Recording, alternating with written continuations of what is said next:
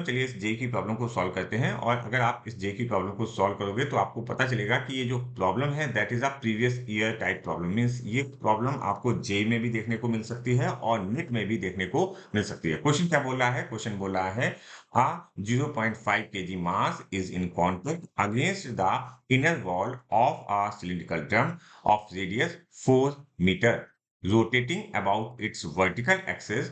The minimum rotational speed of the drum to enable the mass to remain stuck to the wall without falling is 5 radian per second. The coefficient of friction between the drum inner wall surface and mass is आपको क्या पता करना है? Coefficient of friction mu की value पता करनी है जिसकी वजह से जो हमारा ब्लॉक है वो क्या हो नीचे की तरफ मूव नहीं करे। ओके, तो इसका फिगर हम लोग देखते हैं। हमने फिगर बना के रखा हुआ है तो देखिए फिगर को ध्यान से देखिए। ये जो है हमारा that is N cylindrical drum है। अच्छा, ये मास है। इस मास का जो एम है उसकी वजह से वेट नीचे की तरफ लग रहा होगा और इसकी टेंडेंसी नीचे की तरफ आने की होगी। बट इसे क्या करना है? इसे वहीं पर स्टक रहना है। ओके, तो इस केस में इस पर एक ऊपर की तरफ फोर्स लगना चाहिए and that is a friction force. Okay, that is a friction force. Reason क्यों है फ्रिक्शन फोर्स क्यों है? क्योंकि ये क्वेश्चन में बोला है फ्रिक्शन फोर्स है। ठीक है, और फ्रिक्शन फोर्स ही वो फोर्स होगा जो इसे रोक सकता है। अच्छा, साथ साथ सिलेंडर है ये रोटेट कर रहा है with a angular speed omega और ओमेगा की वैल्यू क्या दी गई है? 5 रेडियन पर सेकंड। ओके, तो इसकी वजह से इस पर बाहर की तरफ जो हमारा मास है इस पर बाहर की तरफ एक फोर्स लग रहा होगा। That force is centrifugal force. कौन सा? Centrifugal force. और ये सेंट्रीफ्यूगल फोर्स जब बाहर की तरफ लग रहा होगा तो ये वाली सरफेस जो है एक नॉर्मल रिएक्शन लगा रही होगी किस पे? इस ब्लॉक पर। तो अगर हम फ्रिक्शन फोर्स के बारे में बात करें जिसे मैंने एफ एल से नोट किया है, F L is equal to coefficient of friction multiplied by the normal reaction. अच्छा, अगर इस ब्लॉक को नीचे नहीं आना है तो क्या कंडीशन होनी चाहिए?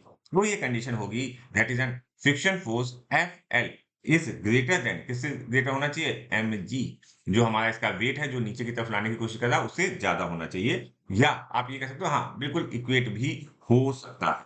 Coming to the point, F L की वैल्यू क्या है? अगर हम इस एफ एल को कैलकुलेट करने की कोशिश करेंगे तो समझने की कोशिश कीजिएगा। मैं यहाँ पर कैलकुलेट कर देता हूँ। म्यू तो हमारा म्यू रहेगा क्योंकि म्यू की वैल्यू तो हमें फाइंड आउट करनी है। एन की जगह हम क्या लिखेंगे? एन इज इक्वल टू, देखो ये वाला जो एन होगा that is equal to M R omega square.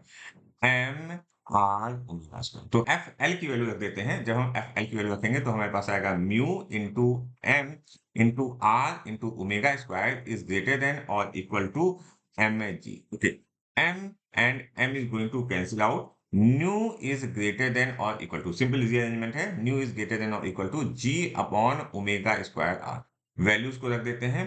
अच्छा, इस केस में हमें जो बोला गया है ओमेगा की वैल्यू मिनिमम है। ठीक है, तो जो हमारा म्यू की वैल्यू आएगी वो भी मिनिमम आएगी और इसने पूछा नहीं है लेकिन हाँ म्यू की वैल्यू मिनिमम आएगी। सो न्यू मिन हम मिन लिख सकते हैं इवन तो यहाँ पर मिनिमम वैल्यू ही आएगी क्योंकि ओमेगा मिनिमम है। ठीक है, आर और जी हमारे क्या है? कांस्टेंट है, तो हम लिखेंगे टू मिन इज इक्वल टू जी की वैल्यू 10। अच्छा, ओमेगा की वैल्यू कितनी दी गई है? ओमेगा की वैल्यू हमें जो दी हुई है that value is 5, that value is 5। तो 5 स्क्वायर और रेडियस की वैल्यू जो हमको दी गई है that is multiplied by 4। Clear होगी बात? तो सिंपली इसको हम लोग सॉल्व कर देते हैं तो ये 10 divided by 5 multiplied by 4 and this value comes to be R 10 upon 100 and this is equal to 0.1। तो जो हमारा म्यू की वैल्यू आई that is 0.1। Option 1 is correct for this question.